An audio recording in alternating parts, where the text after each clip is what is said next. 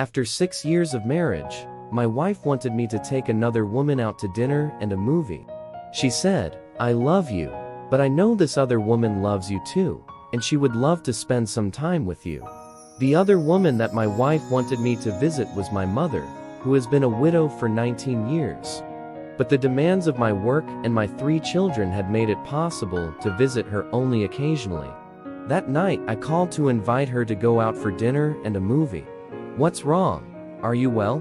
she asked. My mother is the type of woman who suspects that a late-night call or a surprise invitation is a sign of bad news. "I thought that it would be pleasant to spend some time with you," I responded. "Just the 2 of us."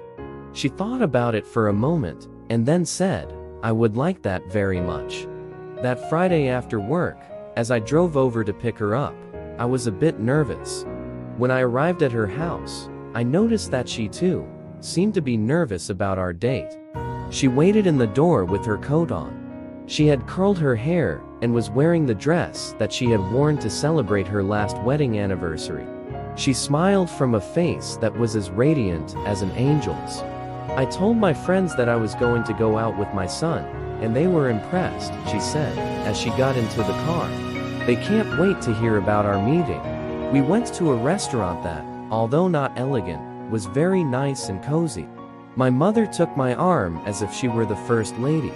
After we sat down, I had to read the menu. Her eyes could only read large print. Halfway through the entries, I lifted my eyes and saw Mom sitting there staring at me. A nostalgic smile was on her lips. "It was I who used to have to read the menu when you were small," she said.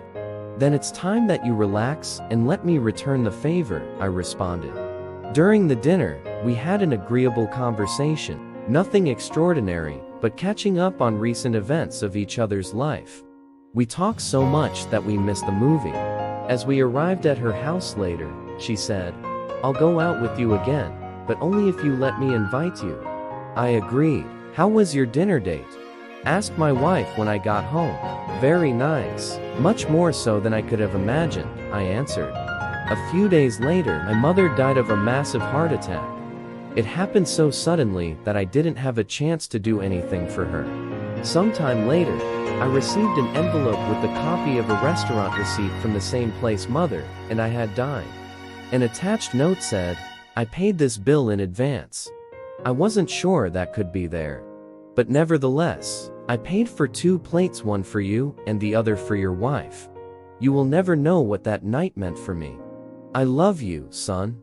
At that moment, I understood the importance of saying in time, "I love you," and to give our loved ones the time that they deserve. Nothing in life is more important than your family.